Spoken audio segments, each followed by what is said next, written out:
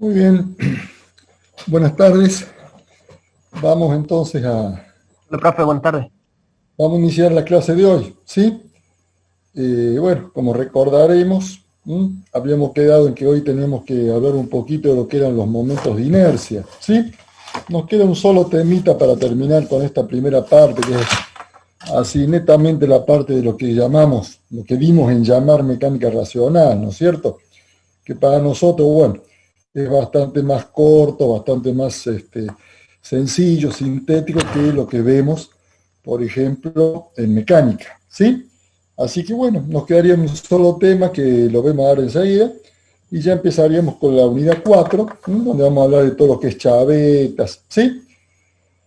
Que ya es la primera unidad de elementos de máquinas, ¿sí? Ya bueno, ya promediando nuestro mes de abril, ya prácticamente a nivel teórico estamos muy bien. Así que bueno, los 2 meses que nos quedan de esta etapa vamos a seguir viendo todo lo que son los elementos de unión, ¿sí? Vamos a empezar con chavetas, tornillos, ¿eh? Ya empezamos a desarrollar todo el programa de elementos de máquina, que bueno, es otra área bastante importante para nosotros, ¿sí? Profe, Bueno, disculpe, antes de empezar le paso una consulta. sí, joven, lo escucho. ¿Hay una fecha ya estipulada de parcial teórico? Mira, eso lo tenemos que coordinar con el ingeniero Brasca, ¿sí? En todo caso, la idea mía, ¿sí? Nosotros no le tomamos el mismo día. ¿Mm? En estos cursos no, a lo mejor en el curso de la mañana sí. Nosotros preferimos tomar un día el práctico y otro día el teórico. ¿Sí? Si no se les complica. Eh, yo te diría que va a ser allá en junio. ¿Sí? Siempre lo tomamos en las últimas 2 semanas de lo que es esta primera etapa. ¿Mm? Pero bueno, se Ok, puede adelantar a la primera semana, no hay problema. Eso lo vemos. bueno, Ya lo gracias. ven, ya a mediados de mes ya lo definimos. Total, no usamos V, que es donde hay problemas, que se satura, que nunca llegan, que bueno, el otro día se cayó todo porque se le dio por tomar parcial a varios, entonces ese es el problema, ¿no? Así que bueno, nosotros lo hacemos directamente por esta plataforma, ¿eh? Lo hacemos directamente por Zoom y listo. No olviden que el teórico es libre, voluntario, ¿no es cierto? Lo hacen aquellos que aspiren a una aprobación directa. Por supuesto que tiene que tener la promoción del práctico. ¿Sí? Bueno, pero ya... Profe, disculpe, le hago otra Sí, consulta, no le quería interrumpir. Eh, Cuando tengamos que rendir, ¿usted va a pedir que expliquemos y demos demostraciones con las distintas ecuaciones, con los distintos despejes, con los sí, distintos gráficos? ya después le voy a dar más o menos una idea más concreta. Yo normalmente le pongo en pantalla algunos gráficos, ¿sí? Y bueno, hacemos como en clase, o sea, compartimos una pantallita y ahí vamos hablando. ¿Eh? Sobre todo conceptual, o sea, no vamos tanto a lo que está en los apuntes, en los libros, sino a los conceptos de cada tema. ¿Mm? Así que, bueno, ya después, yo te digo, ya mediados del mes que viene ya vamos a ir definiendo un poquito bien el tema del parcial. Pero es conceptual, ¿sí? Por supuesto que tienen que saber los desarrollos, los mismos que vimos en clase, ¿no es cierto? No pedimos en el parcial nada de lo que no hayamos desarrollado bien en clase. Todos esos temas que yo le digo que tienen menos importancia, qué sé yo, bueno, directamente no los tomamos. ¿Estamos? Perfecto, profe. Muchísimas gracias. Pero ya lo hablamos para que tengan toda la información que necesiten, ¿no? Está actual. Vamos entonces a buscar la pantallita que yo tenía por ahí. Temática número 3, así. Bueno, ahí lo tenemos. Bueno, ahí deberían estar viendo, tenemos momento de inercia de masas. ¿Sí? Ustedes en física hablaron de momento de inercia de figuras, ¿no es cierto? Figuras planas. Inclusive trabajaron con las tablitas de momentos de inercia, ¿no? Bueno, lo que vamos a hacer nosotros acá es directamente trabajar con masas, calcular el momento de inercia, pero de masas, ¿sí? Que es precisamente para las ecuaciones de sólido rígido. Por eso es que trabajamos con masas. Bueno, vamos entonces a ir viendo ya, vamos a ir sacando la primera fotito. Listo. Bueno, vamos al momento de inercia de masas. ¿Qué pasa con el momento de inercia de masas? Vamos al caso más elemental, ¿no es cierto? Ustedes tienen un elemento, recuerdan que ya hemos trabajado con elementos de masa, delta m sub i sería un elemento de masa. Y bueno, que va a estar ubicado a una distancia r de un eje que va a ser el eje de giro. Bueno, entonces, lo que tenemos que tener en cuenta acá es esta distancia r, ¿verdad? Y ustedes saben que por los principios de inercia que ya hemos hablado, yo acá tengo una masa y acá tengo un brazo que lo llamo radio de giro, ¿no es cierto?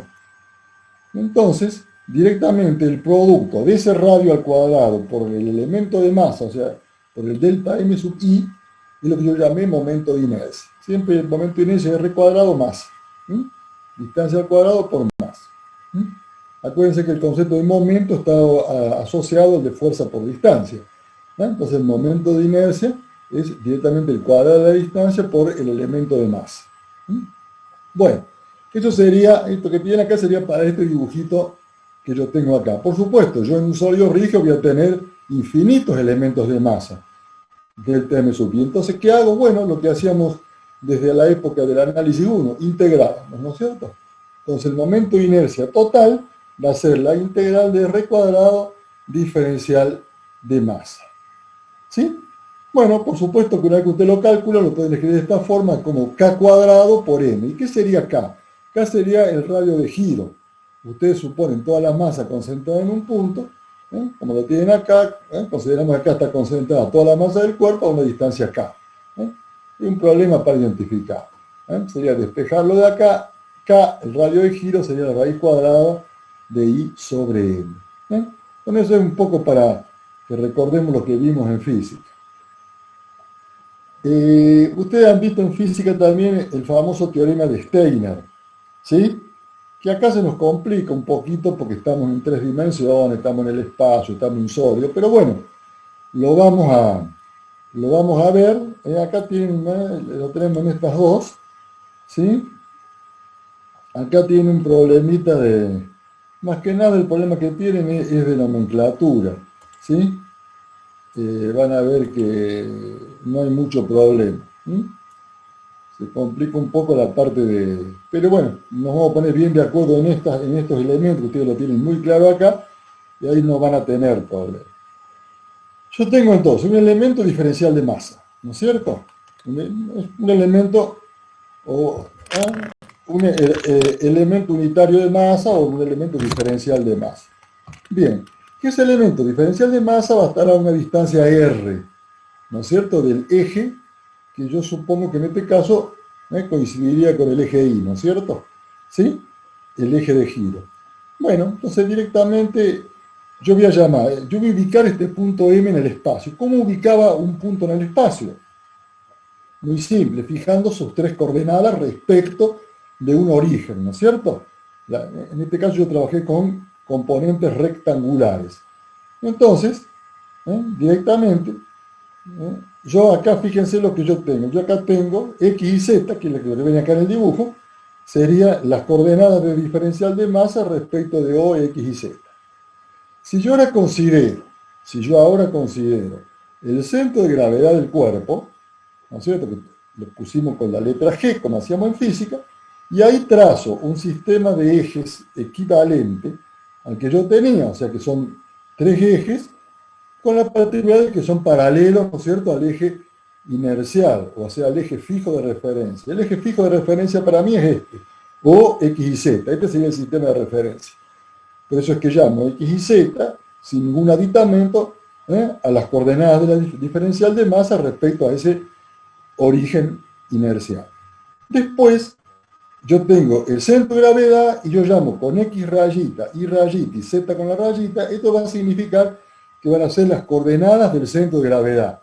¿Respecto a qué? Y respecto al mismo sistema, ¿sí? Respecto al sistema inercial. Por eso acá tienen respecto a O, X y Z. O sea, estos dos son respecto al sistema de referencia. Y una vez que yo hice eso, yo puedo fijar las coordenadas de diferencial de masa, que lo tengo ahí, que acá no lo dibujamos, si no sirve entender más nada, las coordenadas de diferencial de masa respecto a este sistema, al sistema que tiene centro en G y con ejes X' y prima Z'. ¿Sí? Entonces, esto es lo que le tiene que quedar claro para que puedan entender esto y ya es simplemente cuestión de reemplazar. Ya es muy fácil. Entonces, recuerden, yo tengo un elemento diferencial de masa en el espacio y un sistema de referencia fijo de origen O y ejes X y Z. ¿Bien? Yo llamo X rayita, Y rayita, Z rayita, ¿qué? A las coordenadas del centro de gravedad. ¿No? Fíjense que yo tengo el centro de gravedad ahí, Z sería la componente en el eje Z, X en el eje X y en el eje Y de ese centro de gravedad. X y Z, pelado, sin nada, son directamente diferencial de masa respecto al sistema o X y Z. Y por último, X' y prima Z' son las coordenadas del mismo elemento diferencial de masa, pero respecto de este sistema. Con centro en G y ejes X' y prima Z'. Eso sería todo, casi todo. Bueno, entonces, fíjense que yo puedo escribir la coordenada X como la suma de X', de X con la rayita. Eso por lo que se acuerdan cuando vimos movimiento relativo, cuando vimos las componentes del movimiento relativo, donde yo directamente lo absoluto y relativo, la absoluta de X sería X' más X. X' sería la relativa respecto a este, y este sería entre los dos centros. Este sería equivalente al XDA y este al XA que usamos antes, pero no se compliquen demasiado. Simplemente yo puedo expresar el X, este X total, como la suma de la distancia que tengo al centro de gravedad y de ahí le sumo la otra componente. Y son así, pues son colineales, recuerden como son componentes, son en cada eje, así que no tengo problema. Una suma vectorial directa. Bueno, entonces yo ¿qué hice acá? Yo expresé las componentes rectangulares del elemento diferencial de masa como la suma de dos componentes. Esta, que son las coordenadas que tiene el diferencial de m respecto a este sistema que está fijo en el centro de gravedad. Y esta, directamente, son las coordenadas de ese centro de gravedad. Bueno, repasemos lo que habíamos visto. La integral respecto al eje Y, que es igual a la integral es decir, el momento de inercia respecto al eje Y es la integral de la distancia al cuadrado por diferencial de masa, el R. Fíjense que yo lo voy a tomar respecto del eje Y, que sería en este caso el eje vertical, ¿no es cierto? Entonces la distancia del diferencial de masa al eje vertical es este elemento que es R. ¿Qué hago? Lo proyecto sobre el plano XZ, ¿sí? A este R que tengo acá lo proyecto sobre el plano XZ y después obtengo es hipotenusa de un triángulo formado por X y Z. Entonces Z cuadrado más X cuadrado. Es la hipotenusa de este triangulito que ustedes tienen acá, ¿no es cierto? ¿Sí? De ese triangulito. Entonces, diferencial de masa. Y bueno, y lo mismo puedo hacer con el eje X, momento de inercia respecto al eje X, que va a ser Y cuadrado más Z cuadrado, y respecto al eje Z, que va a ser las otras dos. X cuadrado más Y cuadrado, diferencial de masa. ¿Sí? Bueno. Entonces, lo que yo voy a hacer, voy a analizar esto. Vamos a analizar Y sub X. Después vamos a generalizar un poco. Si yo analizo Y sub X, que yo vi acá, esto es igual que esto. Yo acá lo que hice fue copiar esto y extiendo un poco más esto. Bueno, lo que yo hago es reemplazar Y, Z, que son componentes, si se quiere, absolutas, ¿no es cierto?, que son respecto al sistema de referencia fijo, por estas componentes que van a ser las relativas, ¿no es cierto? Entonces, yo acá había visto que Y era igual a Y' más Y rayita, reemplazo este Y por Y' más Y rayita, al cuadrado. Este Z lo reemplazo por Z' más Z rayita, al cuadrado, por diferencial de masa. ¿Sí? Bueno, entonces directamente, si yo analizo después lo que pasa, bueno, fíjense, lo que ustedes tienen acá, directamente lo que yo puedo hacer es desarrollar estos binomios y agrupar términos. ¿Sí? Cuadrado, este sería este elemento al cuadrado, más dos veces este por este, más este al cuadrado. Este al cuadrado más 2 veces, ¿sí? ¿Estamos? Este por este, bueno, es un lío, pero bueno, hay que hacerlo. Entonces, y después al grupo, ¿no es cierto? Yo pongo acá primero y dejo al medio, ¿eh? Los dos términos dobles que se llama, que serían 2 veces el primero por el segundo acá y 2 veces el primero por el segundo acá. ¿Sí? Bueno, directamente fíjense que yo acá lo saqué fuera de la integral porque es constante, ¿no es cierto? Esa es la ventaja que tengo. Esta distancia del centro de gravedad al punto este no se mueve. Entonces por eso es que lo pude sacar fuera de la integral. Esa es una de las preguntas que hacemos.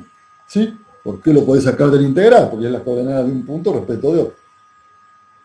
Bueno, entonces yo qué tengo. Este sería, esto que yo tengo acá, no es otra cosa que el momento de inercia respecto del eje X', porque estoy trabajando con Y' Z', o sea, sería este, pues en vez de ser YZ, tengo Y' Z'. Entonces lo que yo estoy cambiando es el sistema de referencia. Acá es el eje X y acá es el eje X'. Estos dos son momentos de segundo orden, son igual a cero, ¿no es cierto? O sea que estos dos se le fueron. Y acá, directamente, integral del diferencial de masa y en la masa. Si usted integra todos los elementos de masa, si se acuerdan de análisis matemático, integral del diferencial es el elemento, o sea que directamente es masa. Bueno, vamos a lo que sigue. Acá lo teníamos, estábamos acá, le digo, no es que sea lo mismo, sino que estábamos acá. Lo repetimos para que se vea bien. Entonces dijimos que estos dos me daban 0 por ser momentos de segundo orden. Este era directamente respecto al eje X' y este directamente era la masa. Entonces, bueno, yo reemplazando estos dos los ángulos directamente, acá este lo llamo X', y acá pongo M, y cuadrado. Y bueno, y ahí tienen una forma de expresar el teorema de Steiner en 3 dimensiones, ¿no es cierto? Porque esto no es otra cosa que la distancia que hay entre estos ejes, entre el X y el X'. Y recuerden que el teorema de Steiner decía que era entre un sistema, usted era la suma del momento de inercia respecto a un eje que pasaba por el centro de gravedad, más el cuadrado de la masa por el cuadrado de la distancia. Y ahí lo tienen clarito. Entonces, como ven, acá el problema más grave es manejar bien este tema de la nomenclatura. Lo mismo vale para los otros, ¿no es cierto? Bueno, y ahí tienen el radio de giro. Bueno, esa sería la parte eminentemente teórica. ¿Sí? Sería la parte eminentemente teórica que prácticamente lo vemos en una sola filmina, tienen todo. Entonces, esto revísenlo. Esto es lo que ustedes vieron en física. Recuerden cuál era la definición de momento de inercia. Radio al cuadrado por el elemento de masa. Bueno, por supuesto que esto era para ese solo elemento. Entonces el momento de inercia solamente el elemento del TMI. El total es directamente, como siempre hacemos en estos casos, la integral. ¿Sí? La integral de R cuadrado diferencial de masa. Y bueno, y acá tienen lo que es el radio de giro, lo vieron también en física, y aquí vemos el teorema de Steiner en 3 dimensiones. Recuerden el tema de las coordenadas. Con la rayita era el centro de gravedad respecto al sistema fijo. Sin la rayita era directamente el diferencial de masa respecto al fijo. Y los prima, como el nombre lo dice, prima con prima, era de diferencial de masa respecto al sistema X' y prima Z'. O sea que no tienen que memorizar nada. Directamente el nombre lo dice. Estas que no tienen nada son respecto al sistema fijo y estas que tienen el prima son respecto al sistema X' y prima Z'. No se pueden equivocar. Y esta otra, agréguenla ahora, es directamente la de G respecto al sistema fijo. Como ven, este tema lo tomamos mucho porque es un tema muy fácil y es muy abarcativo. Bueno, entonces acá hicimos los momentos de inercia respecto a los 3 ejes. La fórmula general es esta. Lo que va a cambiar es el radio, ¿no es cierto? Que directamente lo explicamos bien para este, los otros son iguales. Yo siempre lo que tengo, yo tengo elemento diferencial de masa, esta es la distancia. Es el diferencial de masa al eje. ¿Qué hago? La proyecto acá, entonces esta va a ser hipotenusa de este triángulo formado por X y Z. Por eso que Z al cuadrado más X al cuadrado por Pitágoras, directamente. Por otro lado, si acá tengo momento de inercia respecto al eje Y, son las otras dos, ZX. Respecto al eje X, las otras dos. Y Z, le digo para que no se confundan. Y bueno, lo ven en el práctico, así que Bueno, acá tienen este otro tema, bueno, acá directamente yo elijo esta, por ejemplo, podrían hacerlo para los tres, yo elijo esta, simplemente vamos a demostrar una. Y bueno, reemplazamos esto y esto por lo que vimos acá, y listo. Esto se anula por ser momentos de segundo orden, este directamente es respecto al eje X', que directamente este es el momento de inercia. Bueno, y directamente acá tengo la masa. Entonces acá tiene la fórmula final, es la que tenemos acá, ¿no es cierto? Directamente masa, porque esta es la distancia que hay entre Z y Z'. La distancia que hay entre los dos ejes. Cuadrado de la distancia entre los ejes.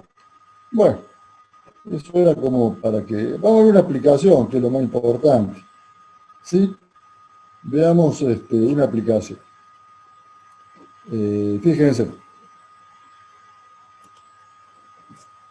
Esto es el momento de inercia de placas delgadas. Cuando yo digo placas delgadas, se supone que el espesor T, aparte de ser uniforme, es muy pequeño, es prácticamente despreciable respecto a la superficie de la placa, ¿no es cierto? Sería aplicable, por ejemplo, a lo que nosotros vulgarmente llamamos chapas en estática, ¿no es cierto?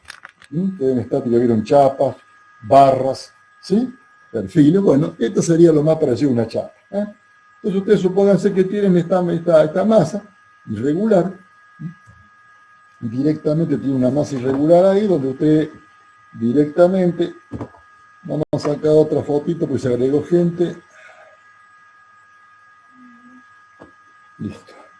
Bueno, no sé si más o menos lo vamos siguiendo. Cualquier duda ya saben, no molestan, interrumpen y la vemos. ¿Sí? Tranquilo que nos quedan 2 filminitas más y terminamos con este tema, así que estamos bastante tranquilos. Bueno, vamos a la placa delgada. Bueno, acá tienen los elementos. Fíjense que repetimos lo mismo de siempre. Yo tengo este eje. Supónganse que ustedes tienen que calcular el momento de inercia respecto a este eje, que es el A'. Yo tengo acá un elemento que es el diferencial de área a una distancia R, ¿no es cierto? Esto es para poder plantear la integral. Y el espesor es T. Este sería el momento de inercia respecto al A', en la distancia del elemento al eje A'. Y acá sería respecto al BB', ¿sí? En la distancia del elemento diferencial de masa al eje BB', que yo supongo perpendicular a este. Y este sería el polar, ¿no es cierto? Que el polar directamente sería un eje perpendicular a la intersección de los dos. Del A y B, este sería el C', perpendicular a la intersección de los dos. Bueno, como saben, el polar es la suma de los dos respecto a los ejes. Bueno, vamos entonces a desarrollar esto, que es muy fácil, y es la aplicación, y es lo que realmente tenemos que saber y lo que más nos importa, pues, es la aplicación. Ustedes tienen que el momento de inercia másico, de masa, no el momento de inercia, como ustedes están acostumbrados lineal, sino el momento de inercia de masa, no de la figura. Es igual a la integral de R cuadrado diferencial de m. ¿Sí? Y tomé una sección, el que voy a calcular yo, sino directamente la masa, por eso porque yo acá el espesor T es pequeño, pero existe. Aquí va a ser igual el diferencial de masa. Y bueno, va a ser igual al área que tiene esta chapa, ¿no es cierto? Por el espesor, por la densidad. Eso va a ser la masa, densidad por volumen.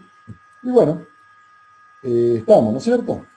Pero como yo estoy considerando del elemento diferencial de A, que es muy chiquitito, voy a tener un elemento diferencial de masa. Lo mismo, va a ser igual a la densidad del material, por el espesor de la chapa, que yo dije acá que era constante, uniforme, por diferencial de A. Entonces cuando integramos resuelvo el problema, ¿no es cierto? De pasar de diferencial de área a todo el área de la chapa. Bueno, entonces volvamos a nuestra formulita. Y A másico, ¿sí? Es directamente ρ, que sería la densidad, por el espesor T, integral de R cuadrado diferencial de área. ¿Sí?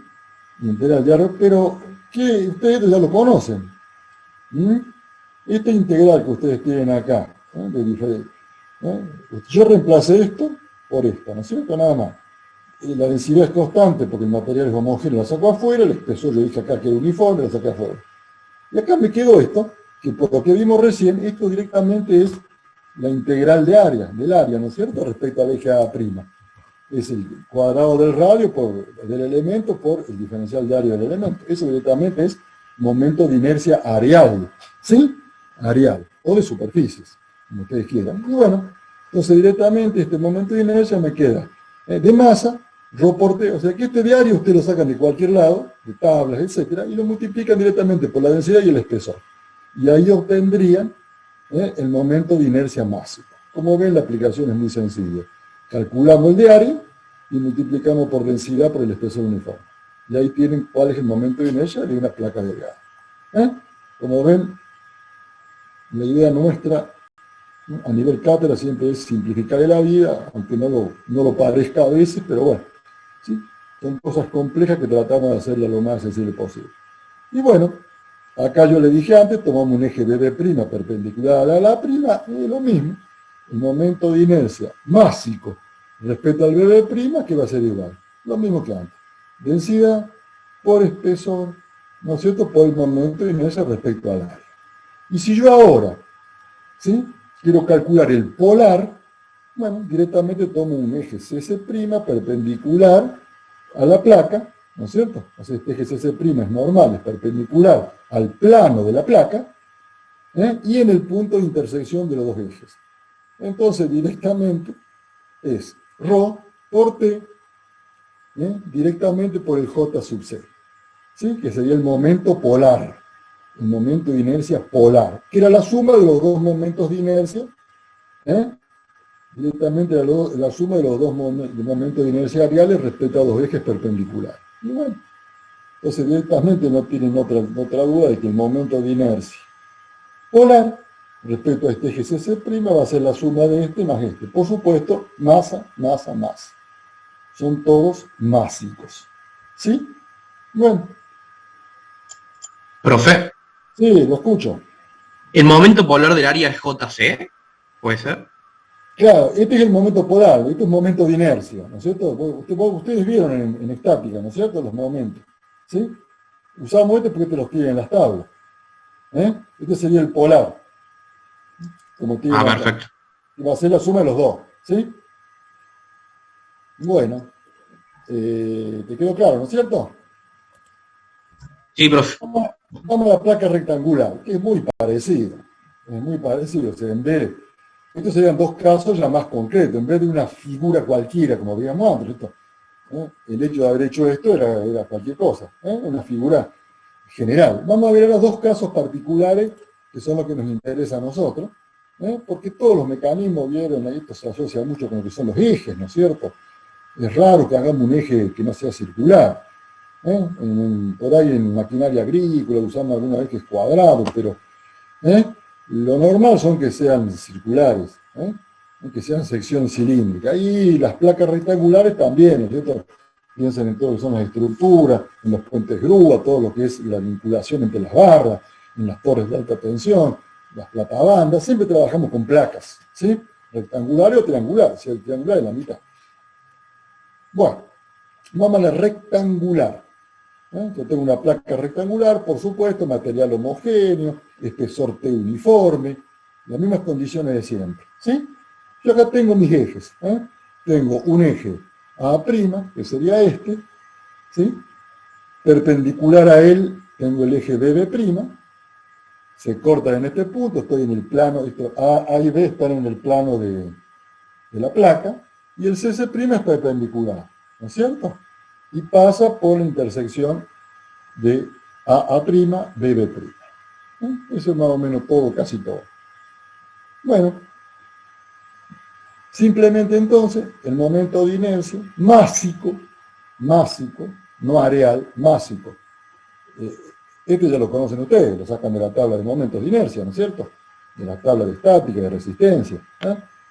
Era 1/12 A al cubo, la medida mayor, la medida menor. Bueno, eso lo saben. Entonces, directamente, aquí era igual de la masa, era igual al del área, pero multiplicado por la densidad y el espesor. Eso lo vimos recién. En general, lo vemos ahora en la placa rectangular. Bueno, como yo tengo una placa rectangular y a esto lo conozco, lo reemplazo. Estas medidas A y B son medidas reales. 1/12 al cubo B. Eso respecto al eje A'. Respecto al eje BB' es exactamente lo mismo. Lo que pasa es que yo acá, acuérdense que la que va al cubo es, en este caso va a ser un 12A, ¿no es cierto?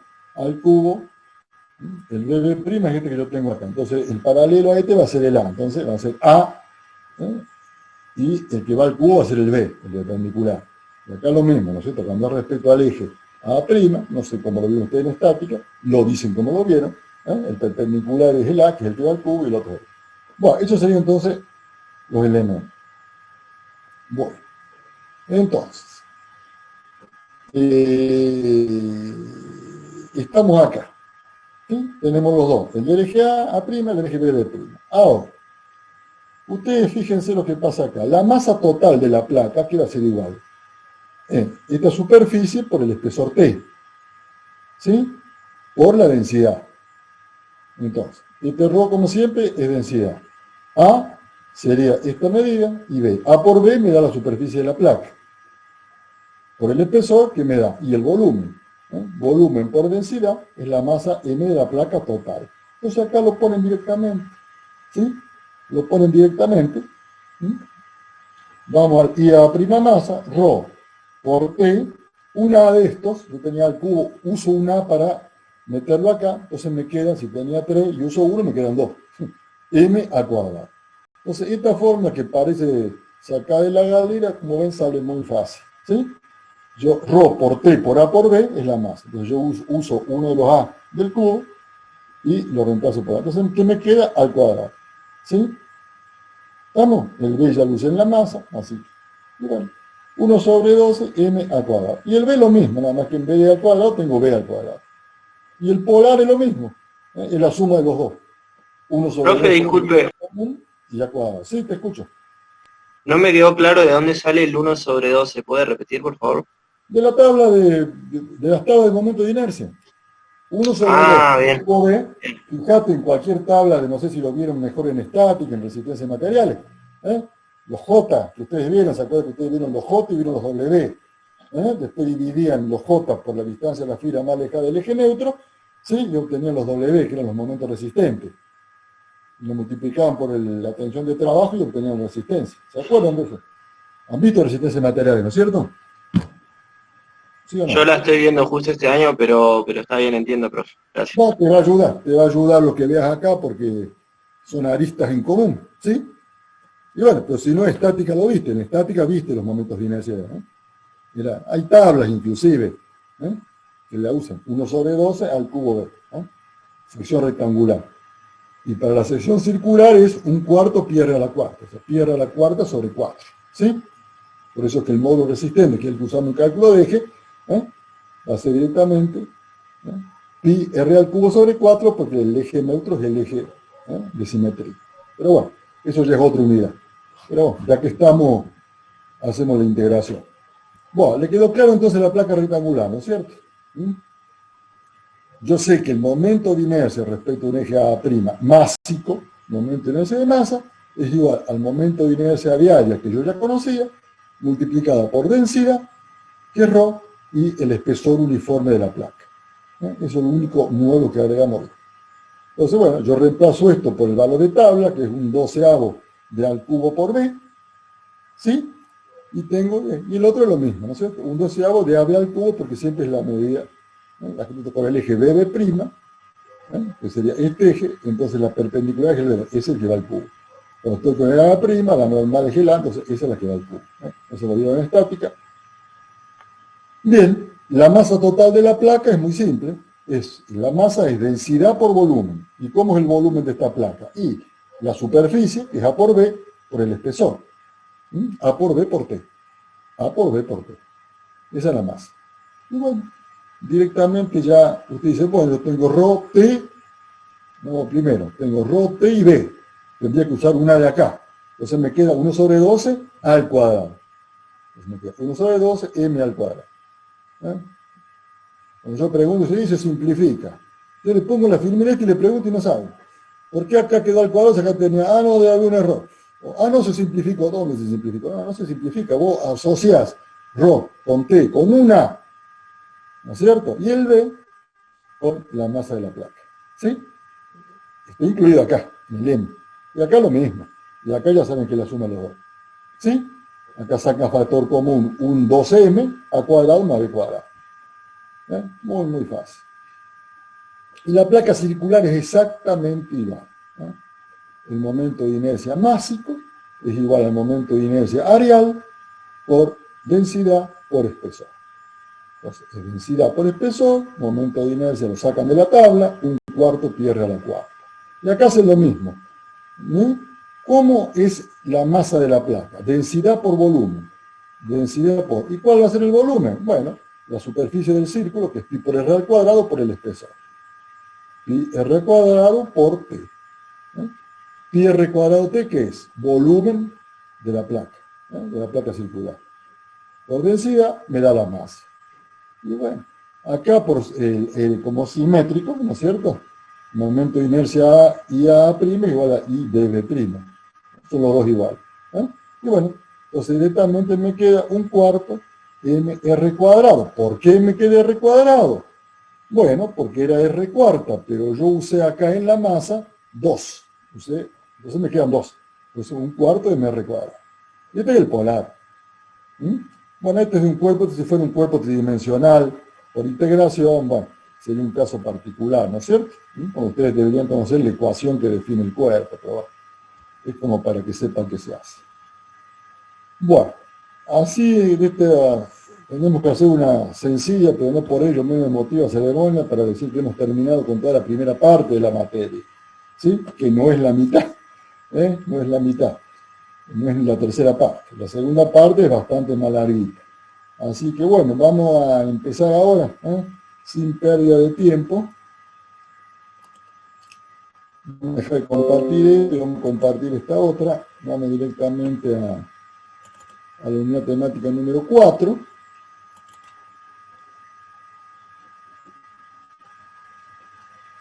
Vamos a la 4, que la tenemos por acá. Acá está. Bueno, ahí tenemos la unidad temática número 4, ¿sí? La unidad número 4. Fíjense entonces que ya empezamos con todo lo que es elementos de máquina. Tenemos que ver la unidad 4, 5, 6, 7, 8, 9, 10 que no la vemos, porque 10 vibraciones, que bueno, por un acuerdo entre todos y todas no la vemos. Vamos a empezar por los elementos de unión desmontable, lo más fácil, ¿sí? Pero para ir entrando en este campo tan lindo que es el campo de los elementos de máquinas, ¿no es cierto?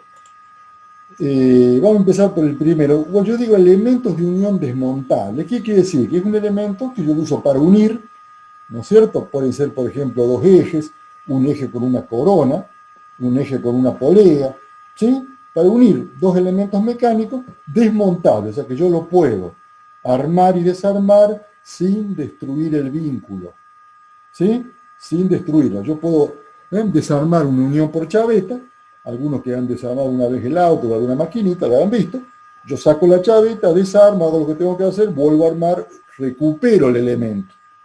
En cambio, si ustedes directamente tienen una corona, ¿no es cierto? Un elemento, una coronita, un engranaje y un eje, y lo sueldan, y bueno, para desarmarlo hay que destruir el vínculo, o sea, hay que buscarse una muy buena moladora y hacer sonar la soldadura, si no, no hay forma. Entonces ahí tenemos la diferencia entre fijas y no es que sean móviles, son desmontables, ¿sí? Fijas y desmontables. Vamos a empezar por las desmontables, que van a ser las chavetas, van a ser los tornillos, después vamos a entrar en las fijas, que van a ser los roblones, la soldadura, ¿sí? Con eso tenemos para entretenernos este fresco mes de mayo, ¿sí? Bueno, vamos a ver chavetas, vamos a ver todo lo que es tornillo, y bueno, ya ahí vamos redondeando los temas del primer parcial, que va a tener, por supuesto, todo lo que es mecánica racional, y bueno, y algunas unidades de elementos, ¿no? Normalmente vemos ya chavetas y tornillos por ahí, ¿sí? Pero como siempre, tranquilo, no nos corre nadie, los tiempos nos dan bien, así que consulten todo lo que necesiten, cumplan con los requerimientos del ingeniero Brasco, nosotros que eso es lo fundamental. Acá lo fundamental es tener un muy buen práctico, con buenos resultados en el práctico, después el teórico se hace más fácil. Bueno, vamos entonces a hablar de las chavetas. Ustedes ya todos medianamente saben lo que son. Los que no tienen ni idea, bueno, son unas piecitas que se interponen entre, por ejemplo, un eje y una cordonita.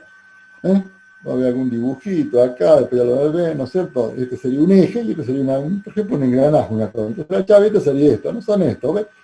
Son así pedacitos, son como planchuelitas, de sección rectangular generalmente, no rectángulo regular, generalmente una cara más grande que las otras, un cierto largo, que directamente unen esto con esto. Yo quiero desarmar, ¿qué hago? La saco. Entonces la chaveta se ubica en un alojamiento que se llama chavetero, ¿sí? Chavetero. El chavetero tiene que estar en los dos elementos a unir. Bueno, estas son cosas que no la vean mucho porque a nivel mecánico nosotros usamos solamente este tipo. Entonces el chavetero se hace tanto en el eje como en el elemento que soporta, en la cordón, el engranaje. ¿Sí? ¿Estamos? Bueno, los métodos de fabricación de esto lo van a ver en otra materia, pero bueno, normalmente acá yo directamente lo hago en una máquina fresadora, le hago los dos agujeritos en los extremos y después acá directamente con una fresa vertical elimino el material. Y acá también, esto es más fácil en una amortajadora, ¿no es cierto? Eso es tema de otra materia, pues se lo comento porque se puede mecanizar muy fácil y barato, ¿sí? Muy sencillo, en muy poco tiempo. Y es una unión muy buena, muy eficiente. Acá tenemos una gran clasificación. Le vamos a ir detallando cada una. Yo se la comento ahora rapidito, después vamos a ir detallando cada uno de los elementos. Pueden ser longitudinales o transversales. Longitudinales son las que yo les mostré acá en el gráfico que me decían, paralelas al eje. ¿No es cierto? Por ejemplo, son esas. ¿Ven? Acá tengo una que esta se usa poco, también en doble cuña. Esta es la Woodruff, que se usa mucho en la industria automovilística. Este es el famoso eje estriado, el palier. ¿Sí? Había una época que teníamos, ustedes ya no lo han visto, pero bueno, antes, cuando usamos mucho la Renauleta, el R6 y el R2, inclusive, el dolor de cabeza eran estos, ¿no? Eran los palieres, los semiejes. Bueno, después tenemos esta. Esta tiene estos tornillitos para fijar, después esto lo vamos a ver en detalle. Y las transversales son estas, ¿ven? Esto permite este movimiento, y es transversal al movimiento que se hace. Es para unir, por ejemplo, este eje, que tenía en un cono, con esta pieza. Esto se usaba, por ejemplo, antes en las máquinas de vapor, para unir todo lo que era la parte de correderas. Las transversales. Esto se usa, por ejemplo, si ustedes, cuando andan por ahí, ven alguna obra en construcción, ¿sí? Han visto esos caballetes que usan, los caballetes, los telescópicos, donde directamente son dos caños, uno entre el otro, y en el medio va una chapita que oficia de chaveta transversal, ¿no es cierto? Entonces se usa como elemento de unión. Todo esto que yo le digo así rapidito, lo vamos a ver en detalle, es el objetivo de esta unidad. Pero le digo, tiene una clasificación acá para que sepan de qué hablamos. Longitudinales, paralelos al eje, y transversal es transversal al movimiento rectilíneo que permite, ¿no? En ese ejemplito que le di yo recién del regulable, ¿no es cierto? Del puntal regulable, y bueno, ¿qué movimiento permitís de un caño dentro del otro para extenderlo o acortarlo? Por eso la chaveta va a ser transversal a ese movimiento. Bueno, las longitudinales, ¿qué pasa con las longitudinales? Ahí tenemos, las que más usamos nosotros son las chavetas. Están las lengüetas y la unión a lengüeta múltiple, que como le demostré antes, es el eje estriado, ¿no es cierto? El palier, el semieje, directamente donde se considera lengüeta múltiple, porque cada uno de los dientes, de los espacios diente vacío, se considera como una chaveta, ¿no es cierto? Desde el punto de vista, pero bueno, son formas pues, esto lo vemos, después vamos a ver bien en detalle cada uno, y lo que nos interesa a nosotros es la funcionalidad. ¿Sí? Bueno, la chaveta se distingue de la lengüeta ¿en qué? En algo muy simple. Las chavetas tienen una de las caras inclinada respecto a la otra, muy poquito. Hay una pendiente que puede ser de 1 en 100. Eso es para dar lo que se llama el anclaje, o sea, que quede clavado, ¿no es cierto? Que quede anclado. Directamente en un cono, entonces cuando usted le da un golpecito suave de martillo, se queda clavado, entonces no hay movimiento. En cambio, la lengüeta no, la lengüeta tiene las caras paralelas, ¿sí? Las caras paralelas. Ahí no hay encastre mecánico. Y la lengüeta múltiple, la que dije antes, es como que se distribuiría el esfuerzo. Es muy común en todo lo que es máquinas viales, ¿no es cierto? Toda esa maquinaria pesada, topadoras, cargadores frontales, todos los mandos de las transmisiones son todas con este sistema, porque es un sistema que permite grandes torques, ¿no? Grandes momentos torsores. Bueno, vamos entonces rápidamente a la clasificación, después vamos ya en detalle una por una. Las chavetas pueden ser longitudinales sin cabeza, es la más común. 1 en 100 sería lo que yo decía antes, la conicidad, ¿no es cierto? Las encastradas. La encastrada en el árbol y en el cubo. Con cabeza. La ventaja de esta es que tienen muy fácil el desmontaje. Ya van a ver por qué. Las tangenciales, que ya la vamos a explicar, uniones de menor importancia, que bueno, había algunos electrodomésticos chinos que venían con esto, pero bueno. Es para esfuerzo, para torques muy pequeños, ¿no es cierto? Esas maquinitas que vienen, esas batidoritas chiquitas que vienen, ¿no es cierto? Que son de mano, que bueno, tiene un ejecito y ahí tienen como una chavetita. Después tenemos la lengüeta, que directamente la diferencia entre esta y esta es que esta tiene una conicidad, 1 en 100, 1 en 90, 1 en 150, y la lengüeta, que no tiene conicidad. Pueden ser de sección rectangular, como le dije antes, que son las más comunes, de extremos redondeados, de ajuste, ¿sí? Que directamente tiene extremos rectos y hay cierto encastramiento, ¿no es cierto? Pero directamente son paralelos, ¿no es cierto? Nada más que se le deja unos centésimos más, cosa que, por ejemplo, entre forzada en el chavetero del eje. Y lenticulado americano Woodruff, que es la que se usa en la industria automotriz, ¿no es cierto? En las cajas de velocidad, la van a ver, porque ocupa poco lugar, es terriblemente segura y fácil de montar y desmontar. Lengüeta múltiple es el eje estriado. Pasamos a ver cada una de ellas. Esta es la más común, ¿no es cierto? Estas flechitas significan que se genera una tensión, se genera una tensión normal en la superficie. Eso significa la flechita. ¿Sí? Bueno, entonces acá la tensión se genera en el fondo y en la parte de arriba. O sea, esta tensión se la va a absorber el engranaje y este es el eje. Por supuesto que tiene que ser poco, ¿no es cierto? No voy a poner en riesgo la estabilidad del cubo. Tampoco que yo tenga que ponerla acá dándole a masazo limpio. No, son golpes suavecitos, tranqui. Bueno, ¿qué tenemos acá? Esta sería la tangencial, ¿no es cierto? Fíjense que esta se usa muy poco. Directamente el chavetero no es un chavetero cerrado como este, directamente es un rebaje en el eje, se usa muy poquito. Y esta que tiene acá sería una lengüeta, ¿sí? Como yo le decía antes, donde directamente esto es rectangular, pero yo le doy acá uno a este ancho, a la medida B, le doy unos centésimos más, ¿sí? Para que en cierta forma quede clavadita al eje, sobre todo para que no se pierda, ¿no? Nada más que para eso. ¿Está claro entonces? Cualquier duda, ya saben, abre su micrófono. Profe, le consulto, ese famoso cubo que dice es lo de las 4x4 de antes, que se tenía que bajar y enganchar los cubos que dicen. No. Nosotros llamamos cubo, en lo que es mecanismo, por ejemplo, vos tenés una polea, ¿no es cierto? A toda la parte del medio de la polea. Una polea de freno, por ejemplo. Todo lo que es lo que te vincula, ¿no es cierto? Los rayos sería con el eje. El cubo sería, no tengo ninguna poleita dibujada acá, pero sería directamente acá, lo tenés, no sé, vos suponete que acá tenés una transmisión por correo, ¿no es cierto? Bueno, acá tenés los rayos, ¿sí? Y ahí estaría. ¿Vamos? Un engranaje es lo mismo. El engranaje ustedes tienen los dientes en la periferia y tienen un ensanchamiento en la parte donde va el eje, que es el cubo. ¿Aquí estamos? Bien. 1 en 100. Esta es la normal para una chaveta. Esta es la con cabeza. Con cabeza queda sobresaliendo de acá, entonces yo le meto un destornillador acá, le hago un poquitito de fuerza y sale fácil. Entonces la con cabeza tiene la ventaja de que facilita el armado, desarmado. Bueno, ¿qué materia? Y esta sería, fíjense, con los extremos redondeados. Esto es un problema constructivo, es mucho más fácil cuando se hace el chavetero. Si es cerrado, si es, por ejemplo, cuando el chavetero es en un extremo del eje es más fácil, ¿no? Directamente, porque bueno, yo tengo lo que se llama la salida de la herramienta. ¿no? Todo esto lo van a ver en otra materia, o no sé si lo ven, pero si no lo ven tampoco es importante, ¿no? Es más de mecánica, pero bueno, ¿no? Es para facilitar el mecanizado, pues yo directamente tomo el eje en una fresadora, le hago dos agujeritos acá, ¿sí? Y después de esto directamente lo hago con una fresita vertical, entonces me sale mucho más barato, o con un limadorito, ¿sí? Es un método constructivo.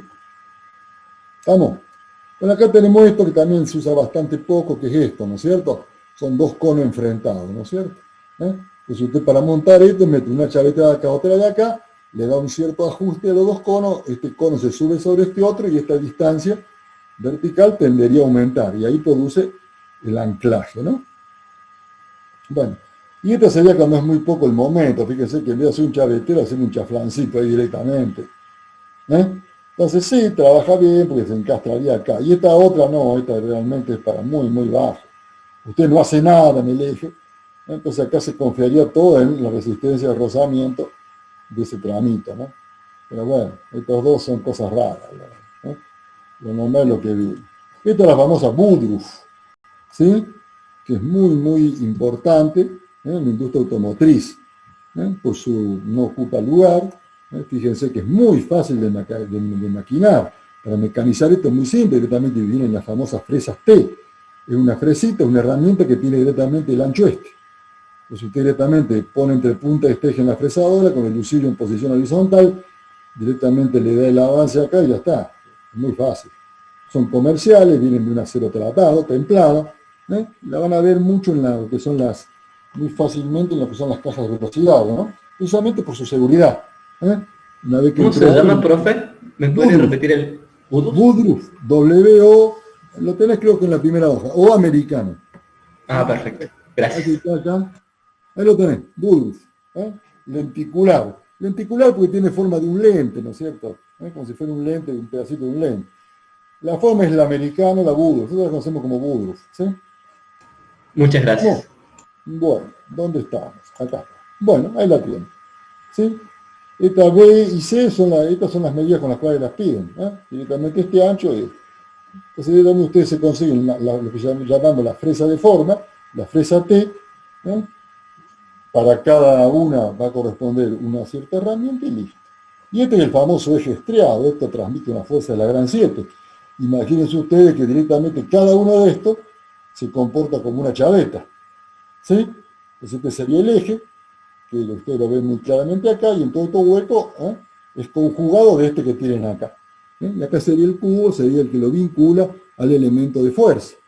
Realmente lo van a ver en las transmisiones, en las ruedas, ¿no? Acá vendría, acá en esta pieza de acá afuera, yo solidarizaría con lo que va a ser después la masa, ¿no es cierto?, de la rueda. ¿Sí? Que ahí va toda la potencia en llanto, o sea, toda la potencia de esos motorazos que ustedes ven que tienen las topadoras, bueno, termina acá. Entonces, bueno, estos ejes realmente se hacen de un acero muy bueno, un 4140, 4340, 8640, SAE, ¿no? Con un tratamiento de bonificado, que es un temple revenido, temple y revenido más o menos 95, 100, 120, 130 kilos por milímetro cuadrado, cosa que quede bien resistente. ¿Sí? Y bueno, con esto está tranquilo. O sea, puede transmitir esfuerzos muy grandes.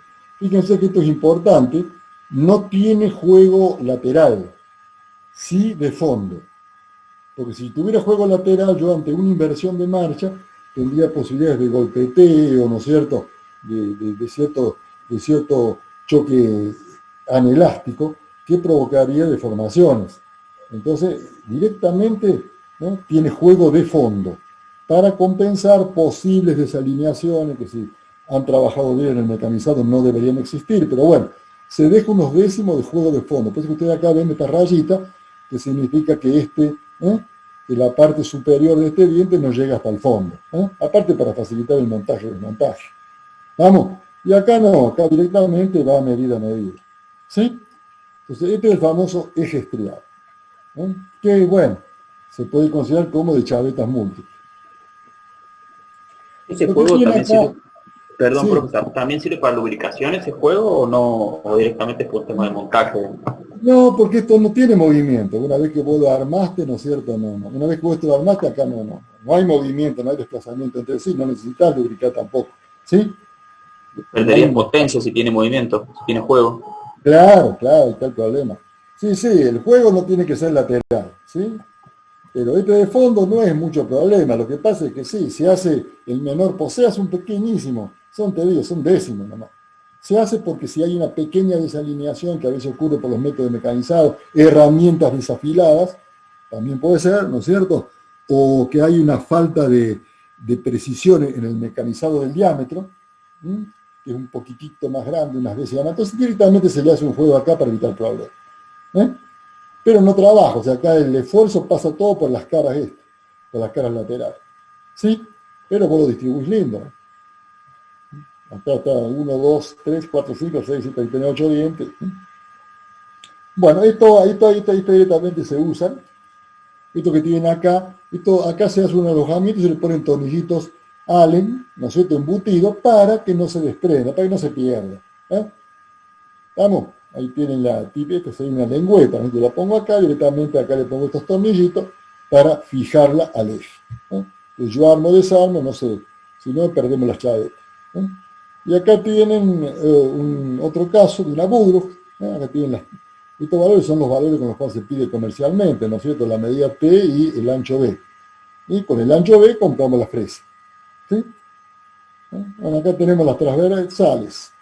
Acá tenemos una transversal. Fíjense que puede ser con una cara con conicidad o las dos con conicidad. O sea, con conicidad simple o conicidad doble. Ángulo de 5, 6, 8, 10 grados, no más, ¿no? Muy poco. ¿Sí? Entonces esta sería ya la chaveta transversal. Bueno. Y ahí tenemos la forma, ¿no? Ahí tenemos la forma. Fíjense, directamente ya antes le mostré, este es un eje, pero acá el movimiento no me interesa de rotación, sino este movimiento, ¿no es cierto? En este caso vertical, ¿sí?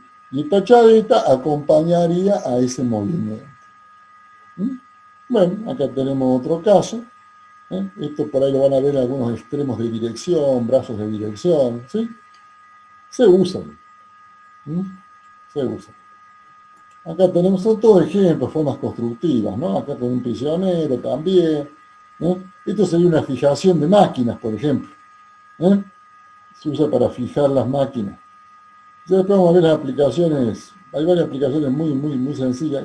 Acá también es lo mismo.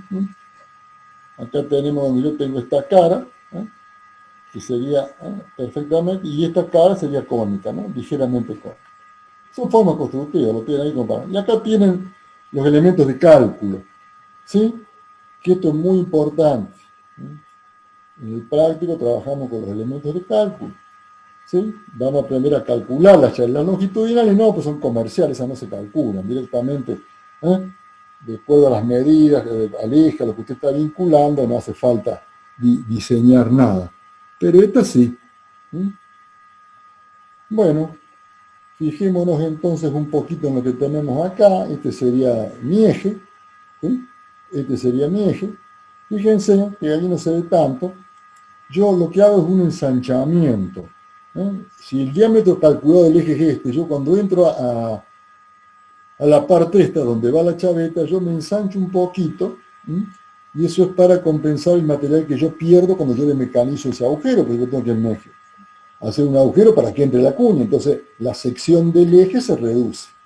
¿Sí? Bueno, ya todo esto lo vamos a ver después cuando hagamos el cálculo. Simplemente, acá la tenemos, ambos cantos inclinados, un solo canto. Esta directamente tiene este tornillo, que yo tengo un martillo de tornillo, se cierra, ¿no es cierto? Y produce el acuñamiento. Son todas, yo se lo he puesto acá, son todas distintas formas constructivas. Esto es interesante, que acá tenemos las aplicaciones más lindas de este tipo de chavetas, ¿sí? Las aplicaciones más interesantes. Fíjense, tenemos distintos casos. ¿Qué sería el 1? Esto sería una base, por ejemplo, de fundición. ¿Sí? Yo acá tengo un mecanizado, tengo acá, y acá yo coloco, supónganse que yo quiero colocar caños que yo pueda poner o sacar. Se usa mucho en la industria de la construcción también, esto, ¿no es cierto? Digamos, yo tengo acá una base, que generalmente esto va al medio de la base, ¿no es cierto? Acá va, entonces usted directamente trae el caño, lo mete ahí, después le mete la chaveta para que no se mande a mudar, ¿no? Directamente supónganse que este sería el cuerpo, este sería el cuerpo que llamamos, ¿no?, de la pieza. Directamente acá tendrían abajo, por ejemplo, una chapa para que distribuya mejor el esfuerzo en el piso, en el terreno, ¿no? Y directamente acá tendrían el eje, ¿no es cierto? Ahí tendrían el ejecito. Bueno, fíjense que yo les decía antes que esto es importante, el tema de los ejes, ¿no? Como yo vengo con un diámetro de cálculo del vástago, que ya después lo vamos a ver cuando veamos cálculo, y acá lo ensancho. ¿Para qué lo ensancho? Bueno, precisamente para compensar la pérdida de material que se produce aquí al introducir, ¿eh? Fíjense que el eje, este es el diámetro del eje, ¿no es cierto? Cuando yo quiero poner la cuña, estoy robándole cierta sección resistente, ¿eh? Ese pi por diámetro al cuadrado sobre 4 no es el mismo que era acá.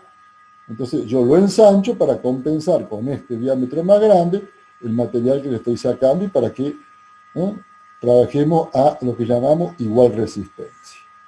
¿Sí? Bueno, esa sería la explicación de por qué tengo un diámetro más grande ahí que acá.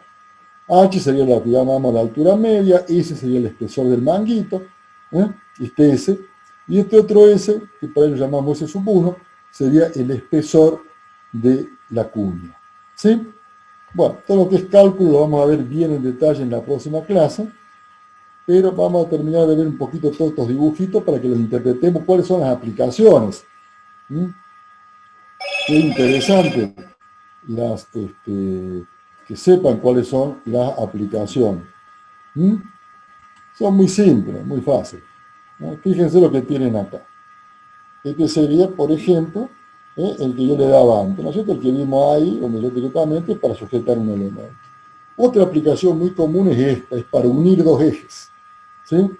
Esto se usa mucho en la industria de la perforación, ¿sí? Por ejemplo, en la perforación de los pozos de petróleo, en la perforación de los pozos de agua, ¿sí? Donde directamente, ustedes no sé si habrán visto, pero bueno, ustedes van introduciendo barras dentro del terreno, que van solidarizadas a una máquina que las hace girar, y en la punta tiene una herramienta que se llama trépano. Ese trépano tiene como unas rueditas con elementos de diamante, que son los que directamente producen la abrasión, ¿no? Y van generando la perforación.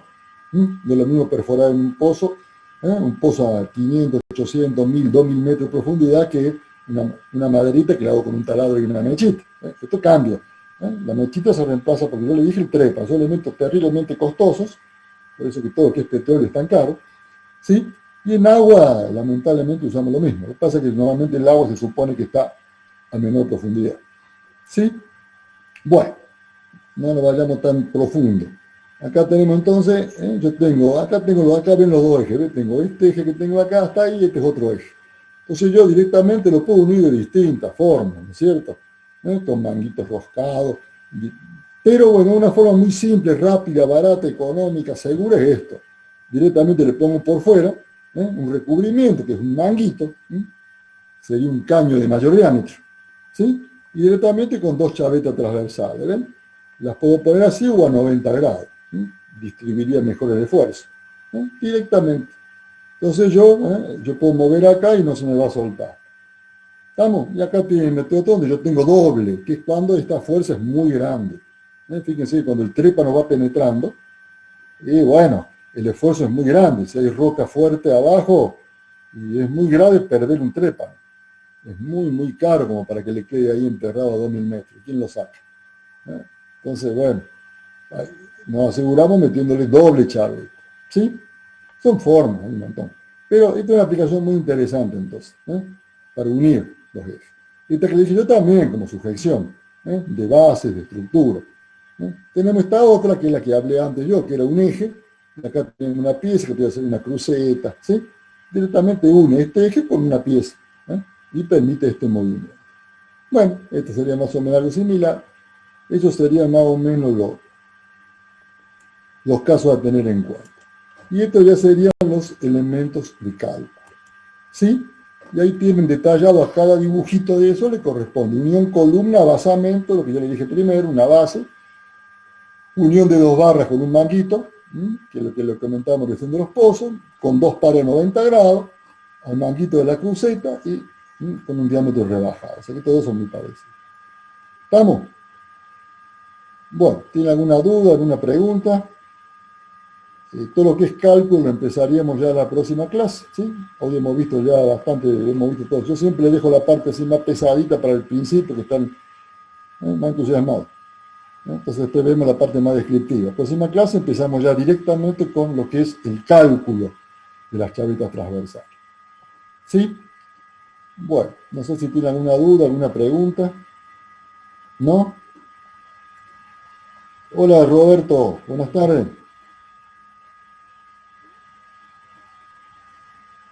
Hola, ¿cómo te va, Oscar? Muy buenas tardes. Muy buenas tardes a todos. ¿Cómo andamos? ¿Todo bien? Todo bárbaro, gracias a Dios. Bueno, Roberto, no sé si yo ya terminé con los chicos, igual querés comentar algo o no, no sé, yo te dejo, como vos quieras. No, solamente les recuerdo que para el jueves que viene van a estar entregando el trabajo práctico 2 y que ya subí a YouTube la clase que fue del práctico, para que ellos, si aquel que necesite, pueda volver a ver la clase. Profe, La clase que grabamos fue subida, sí.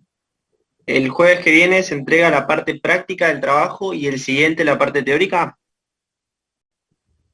No, parte práctica y parte teórica. Las dos cosas. Ah, buenísimo. Hacemos Gracias. así. La práctica y teórica el mismo día. Hacemos la entrega. Muy bien, ¿tiene alguna otra No sé duda, si alguna alguna consulta? cosa tienen para preguntar. Yo una consulta para el profe gramática, si puede subir las filminas de la unidad 3 y 4. Creería que ya están, ¿no las has visto? Porque hubo problemas el otro día, como de costumbre. Sí, leí, profe, que había tenido inconvenientes, nos avisó, pero usted sabe que me parece que no están. Yo por lo menos chequeé en autogestión y no las vi. Bueno, intentamos de nuevo, sí. Porque el Creo otro que día- sí están, profe, de todas maneras. Yo las tengo. ¿De la ¿Las 3 y tenemos? 4? Sí, La 3 y la 4, sí. sí, porque creo que después sí. Ahí alguien, Ignacio dice que están en el WhatsApp. Sí, el WhatsApp también las pasaron, por eso te digo, las tienen. Yo después voy a ver, Chequeo WhatsApp, entonces gracias, profe. ya voy a controlar de nuevo a ver si. Sí, ya las vi ahí, sí, ya. Lo que pasa es que es muy limitada la posibilidad de la autogestión, entonces se complica. Y la UV se cae todos los días. Bueno, no hay problema, ya después se la subo. ¿Sí? Bueno, jóvenes, nos veremos entonces en la próxima. Perfecto. ¿Sí? ¿Listo? Muchas gracias. Igualmente, que tengan una buena tarde. profe. Síganse cuidando todos, que está feo el tema, así que vamos para Gracias, adelante profe. cuidándonos. Y ahora están cayendo Adiós. estos todavía. Antes Suerte. caíamos los Gracias, viejos, profe. ahora no perdonan, guarda. Bueno, Sí. ahora caen todos. Bueno, jóvenes. No, profes, hasta luego. Bueno. Nos